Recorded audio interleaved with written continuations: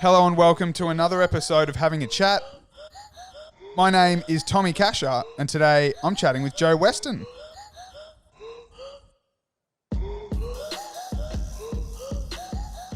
Now this lady wears a lot of hats. She's the Melbourne Vixens defender and the Diamonds defender actually.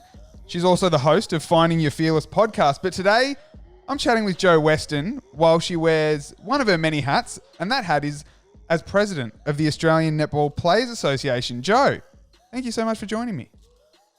Oh, thank you for having me. I do like to wear hats as well, primarily for sun protection, but I'm currently indoors in quarantine, so I don't have to bother about that for the time being. Do you have a favourite hat?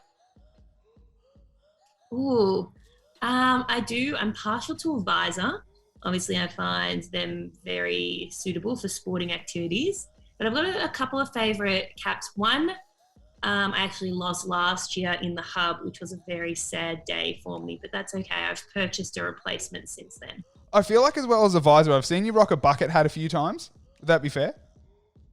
I do have a couple of bucket hats as well. They're also very practical, more coverage. Got to protect the scalp too, not just the face. I definitely understand that.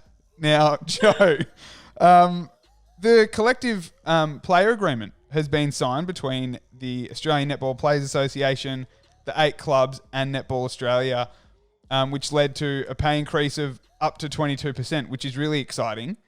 I guess, first of all, as the president, how are you feeling about that? Yeah, I guess it's a really exciting thing for us to come to an agreement with. There's still a few of the finer details that need to be ironed out. So for the moment, we've just come to an agreement on the salary cap, which is very crucial to starting play negotiations. And that is what Kath Harvey, Jeff Parmenter and I, as well as Maddie McAuliffe, were really pushing for. We wanted this sorted ages ago because, there's a lot of uncertainty around players being off contract at the same time and, planning for your future, especially potentially having to move states in what is a really difficult period in Australia for that at the moment. It's great to finally have it finalised.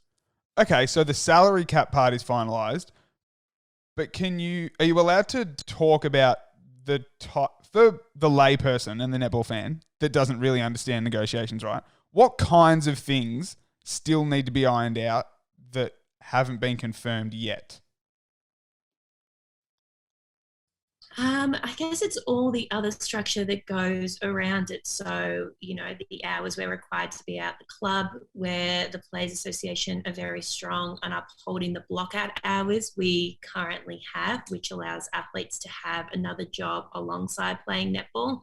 And, even though the game is progressing in the right direction, there's still players that are paid amounts which are lower than, I guess, the average wage in Australia for working a potential 9 to 5. But also I think it's just a matter of redefining what it potentially means to be a professional athlete. Netball players, both male and female, have always been very good at wearing many different hats. And I think it's something which makes our sport stronger and it makes the people involved better. So it's something that we really don't want to see erased by, clubs wanting to have athletes at the premises all the time. And, there's things about our wellbeing framework. I'm very passionate about trying to, I think, modernize some of the commercial aspects of our CPA. A lot of the sort of legalities that have been put in place are a little bit outdated, given how far the sport has come in what is a pretty short period of time. That's so fascinating. So you're not really angling to get more money in the sense that we want to be here all the time. You just want what's fair, but also leave us a gap in the day where we can go and work another job or study and attend on-campus classes. Yeah, for us as the playing group, and I don't want to speak on behalf of everyone, yeah, even of though course. that probably is my job as president. But, we do have a few international players that come into our system. And I do think their priorities are potentially different from those of us who grew up here in Australia. They come here to be able to play at the highest level, but also earn a probably decent amount of money to create a career for themselves. And that might be different to someone. I guess for me, like even when I used to work at Deloitte, it was always about being able to try and manage both. And for like, I'm probably fortunate enough that I don't have to work another job to be able to survive day to day or be able to live a certain caliber of life. But it's something that's important to us about creating good people. I think you might see it in other sports where athletes' entire identities become their sport. And when that potentially gets taken away from them or it isn't going to plan due to injury or poor form, it can have pretty severe impacts on the individual. And I think being able to carve out time to have balance creates happier people and in turn better athletes. Totally agree. I think that's a fantastic way to look at it. Now, a question that is maybe a silly question for someone who hasn't worked at an accounting firm like you have and doesn't understand the difference between average and maximum and mean and median. When I was reading the media release, it said the average maximum and then the average minimum salaries. Is that the maximum salary that someone can earn, or is that, what's the difference between the maximum and an average maximum? Well, I guess they're probably looking, I'm not actually entirely sure how Netball Australia came to the figures they decided to put in the press release. So I can go and take, but I mean, the reality is like one team could take the entire portion of the salary cap and to pay it to one player if they really wanted to. Like that's the maximum salary a player could earn other than, 9 times the minimum wage. Yep. Take that out. That's the maximum salary that someone could be on hypothetically. Yep. I don't think that's the case. Okay. I don't know if that team would be very successful. It might be though. And the clubs are also on no obligation to spend the maximum salary cap if they can't find a sustainable way to afford it. And that's something that we were really passionate about, I guess, in terms of pushing for progress. Netball Australia signed this amazing broadcast deal at the start of the year, which I personally do think has a lot of positives, although us not being on traditional free-to-air television, there's still some games available. They just need a few more clicks on your TV remote to find them. For us, it's about encouraging clubs to stretch and to push their limits. And, that means that there's upside for us as athletes. So netball always plays it safe in some regards, and we would never ask for an amount that we think is unreasonable and is going to cause a club to go broke or things like that. So some clubs might choose to spend more than others, but obviously there is a percentage which still makes sure that the competition is fair. So I guess you've talked about the broadcast agreement there. How much do you think that's going to help the sport progress forward? I think it's going to be great. I feel like KO has done and Fox have done a lot for other sports. I'm really hoping that they invest in the game and they put a lot of money into marketing the game. I do think that's where, even though we've been in Channel 9 for quite some time, I personally think that they lacked. You've seen the huge billboards they have for all of the Wallabies games now that they're on Channel 9 and Stan Sport, and we never had that sort of advertising for netball. And I mean, that's something I'm kind of personally disappointed about because that does draw in audience and eyeballs, and that's something that, netball really needs. Definitely. Do you want, as well as more marketing in the game, would you personally like to see more content created around the game?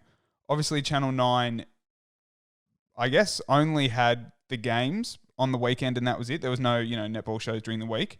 Is that a part of something you're hoping to see within your agreement?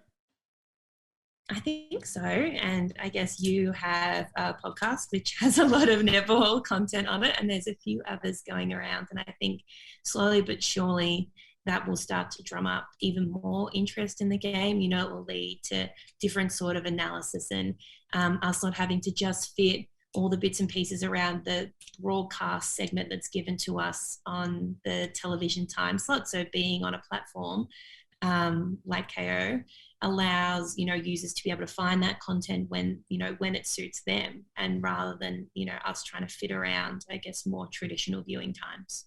And I guess it's those bite-sized pieces of content that people like to consume these days. You were interviewed on Fox Sports News, and then that segment, that 4-minute segment, was available on KO to watch. I watched it the other day. So I guess that's how netball needs to evolve and continue to grow as a game. Yeah, I think it will be great. I'm sure, they're looking at bringing in some new talent as well as some existing talent to analyze the game. I think they can have, more players involved rather than just sort of sound bites at the start and at halftime at the end of the game, because, those questions can sometimes be slightly repetitive. And as athletes, it is quite difficult, I guess, to think of insightful answers in the heat of the moment. So I do think they're investing in other productions around just the game itself, hopefully will bolster the sport as a whole. Totally agree. Can you talk to us about how the negotiations actually work? Like, are you on a Zoom with people from Netball Australia and then, a rep from each club, and you're all taking yourself off mute to have your say in how much you think you should all be worth? Like, how does it actually work? There's a few stages to it. Kath, Jeff, and I, as well as a few others, had a discussion about what we thought were appropriate numbers given the sacrifice the playing group has made over the last 2 years to continue the game going and continue the league.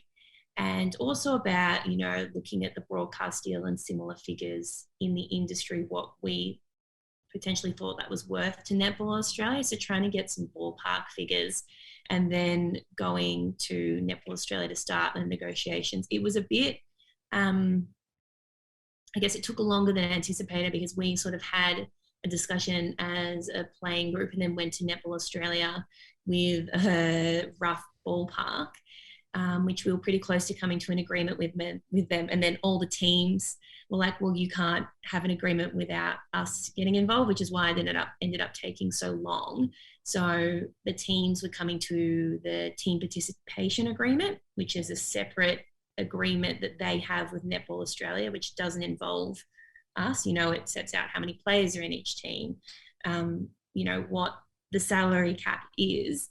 And that's why, even though we had sort of started these conversations months and months ago, so it wouldn't get to this time frame, where players are trying to play finals and it's still all up in the air what's happening next year.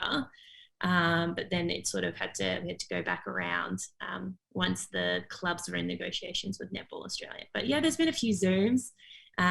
We put forward what we think the playing group is deserving of, and also I guess the rationale behind that, like trying to get the maximum salary cap increased in order to get clubs to push themselves to continue to have some growth in the game rather than it continuing to stagnate. Because I was on the calls 5 years ago when we had the last CPA, when Suncorp started, and a lot of the rhetoric from Netball Australia is pretty similar, which I think as a player can be sometimes disappointing because, they talk about the growth of the game and this like landmark broadcast agreement. And sometimes the numbers that were put forward to us didn't quite, I guess, align with that sort of number. So you mentioned that things kind of slowed down a bit when the clubs had to get involved, the 8 Super Netball clubs. Yeah, sorry. Sorry, there's noise in the corridor. I'm going to move because don't worry. That's okay. You do what you need to do. Do you want me to keep talking while you move? Okay. Yeah, you move. This is fine. So given the clubs, you're all employees of the clubs, can you tell me why there was delays when the clubs got involved? Like, wouldn't they just want the best for you? And wouldn't they want the salary cap to be as big as it possibly could be and get you paid as much as you possibly can? Like, where else were there issues with the clubs? For them, I think it's about, I don't want to divulge too much information. Of course. Yeah, cool. About what happened. between Netball Australia and the clubs, but Netball Australia gets some money from the broadcast deal, and they pass that on to the clubs. And obviously, there's going to be backwards and forwards about how much that amount is. Right, got it. Yeah. Okay, got it. That makes sense. Why are you specifically? We mentioned all the hats you wear, Joe. Why are you specifically involved in the Players Association? Is playing Super Netball not enough to keep you engaged? You just wanted to take some more time off your plate? I don't know why it's something that was of interest to me. I guess I have had a bit of a corporate background as alongside playing netball. And I think for me, I guess there's been lots of defenders that have been involved in it over the years. Liz Ellis was initially involved when it started, and then Bianca Chatfield, who I played alongside with the Vixens. Maybe it's a defender thing to a degree. And I think a part of it is that I've always felt confident in understanding the concepts behind our contracting and the finances behind it. And I've just always felt that I had a voice that could advocate for the players. And I guess I have a really amazing, club and stability in my own personal environment, which I don't think can be undervalued in being able to feel confident, publicly saying things. Do you feel pressure that you're the president and you mentioned before that you don't want to speak for all the players, but that's kind of my job. Do you feel pressure in that role? There's a little bit. I think when there started to be some talk around delays about the contracting, and even, how there's a bit of talk about 10 versus 12 players, for me and the rest of the crew that is involved, it is about trying to get the best outcome for the majority of the players. And, for each player, that's going to look different, but it is, I guess, a balancing act about finding a good result for everyone. And yeah, there's a little bit of pressure, I think. But for me, we've got a really strong support system in place and a lot of experience. Both Kath and Jeff used to be on the board of Netball Australia, so they've seen it from the other side as well. So we're very lucky to have them in our corner in the Players Association. Do you think netball is progressing as a sport from when you joined the Vixens in 2014? Yeah, I think there's been an incredible amount of growth in the game. I do think there's still some things which we hold on to because I do think they're just, I guess, reminiscent of a time. Perhaps there's still some things in the CPA that have probably been there since CBT days, Right. which obviously the sport has come a long way. Maybe not that, maybe ANZ champs, but the sport's come a long way in that time frame, and it's. I think, they've changed so many rules in the actual game, but the actual corporate governance and structures that sit behind that have sort of been left behind in that regard. So I think that's something that, Kath, Jeff and I are really passionate about. We work to try and work off a number that was a revenue sharing model like other professional sports have. And that's something I think which is a really good line in the sand for us to continue to work forward from. Something you just mentioned before that I wanted to follow up. I actually forgot my question, so I asked that random one then, but I'll go back to the one I actually wanted to ask. You mentioned teams, whether they were going to stay at 10, go to 12. I don't know if you're allowed to, but are you allowed to take off your Players Association president hat? And can I just talk to Jo Weston, the Vixens player? Do you want to see the squads grow to 12? What's your personal opinion as a player who's kind of set in the 10? Well, who is set in the 10? Obviously, you're playing diamonds. And, the extra 2 isn't going to make a difference to your personal spot in the team? I played in Super Netball when there were 12 on the team. I personally think probably 11's a good number because as 12th person, if you're 12th man, I don't know, is that a cricket thing? Yeah, it is. You're not playing if you're 12th There's man. not one player in a team that doesn't get to play at all when there's 12. Okay. But you can't have 11 because you can't have an odd number. I think I mean, it's really difficult. We definitely need more than 10 numbers to be able to train properly. Like that's something that we find really challenging as a group, especially if you have, players that are managing injuries, so they can't fully participate in training sessions.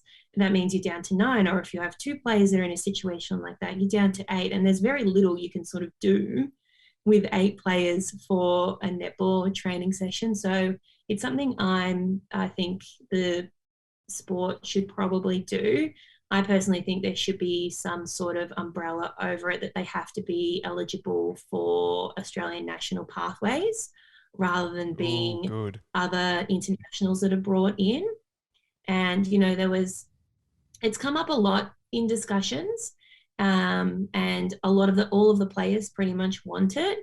I think it would be great. I think it's really good to expose younger players to more of the training environment, because there's so many of our training partners, that end up being really heavily involved for very little remuneration. And although if I was in their position, you'd want to be at everything at a club and you'd want to be at every training session you can get to. Like, I personally think we've moved past the time of people, playing sport and doing it for nothing, because if we keep accepting that, we're never going to make progress in that respect.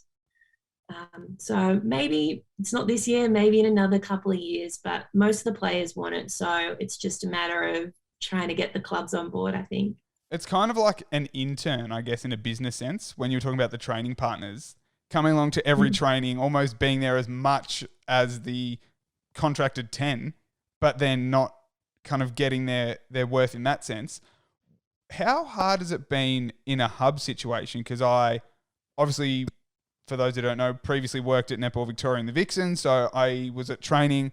I know that generally you would get players that played for the Victorian Fury in the former ANL competition to make up numbers and, so you could play practice games. What have you done in the hub when you don't have that? Yeah, so every team traveled. Like last year, we were able to take 2 extra players up, I think, 2 or 3. Some were subsidised by the league, and then some were subsidised by each individual club if they could afford it. But this year, there was a lot of challenges because teams moved so quickly without having time to get backup players, and then the borders were just shut. So not dissimilar with the Giants, how they had 2 players that were injured, and because they didn't have there's a siren in the background.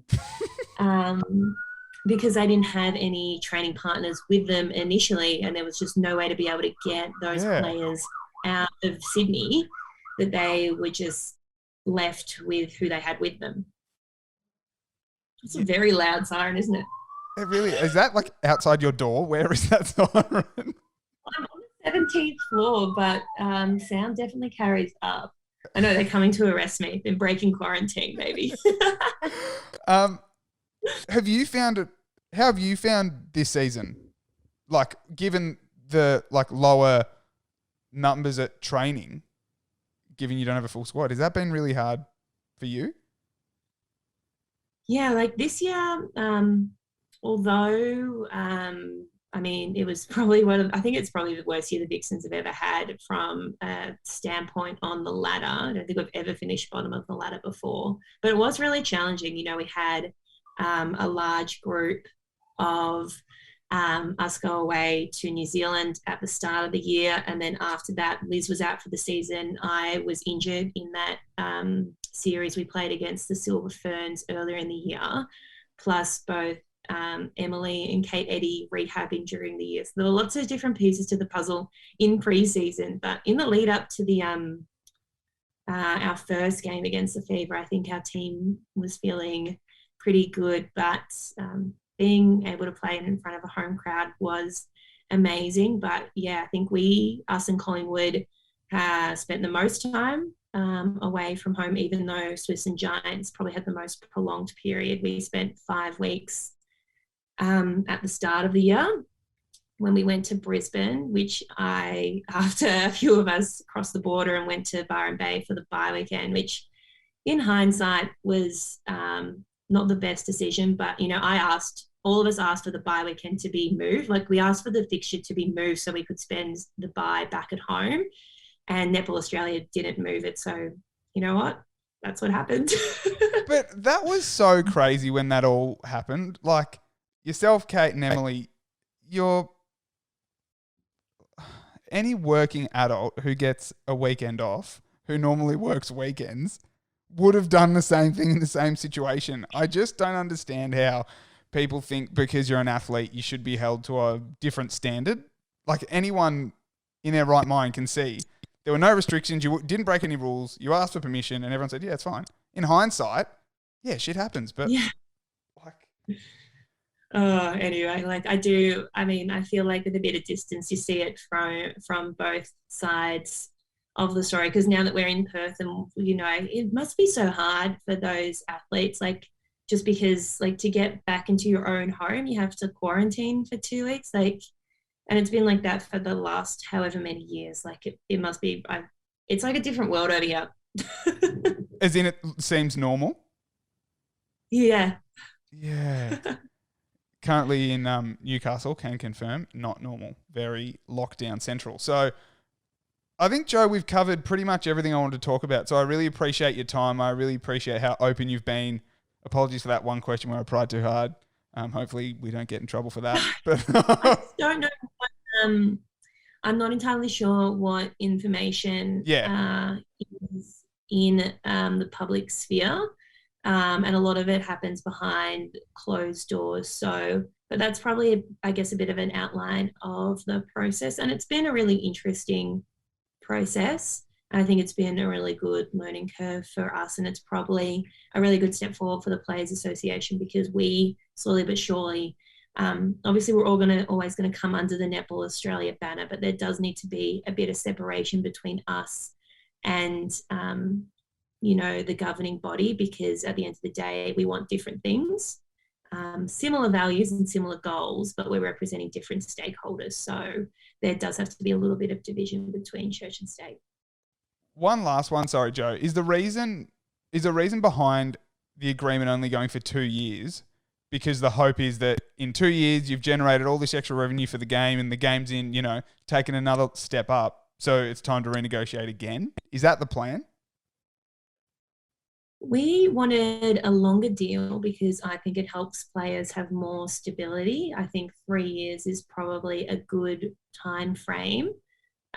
Some of the clubs wanted a 1 year deal, which I think if you're asking players to move into state, and especially when we have 2 pinnacle netball events coming up in the next 2 years, I just couldn't believe that some people in the negotiations thought that was even a possibility. I was like, no. Well, going to all this effort, you don't want to have another agreement. No, I don't want to come back here in like 9 months' time. I got things to do.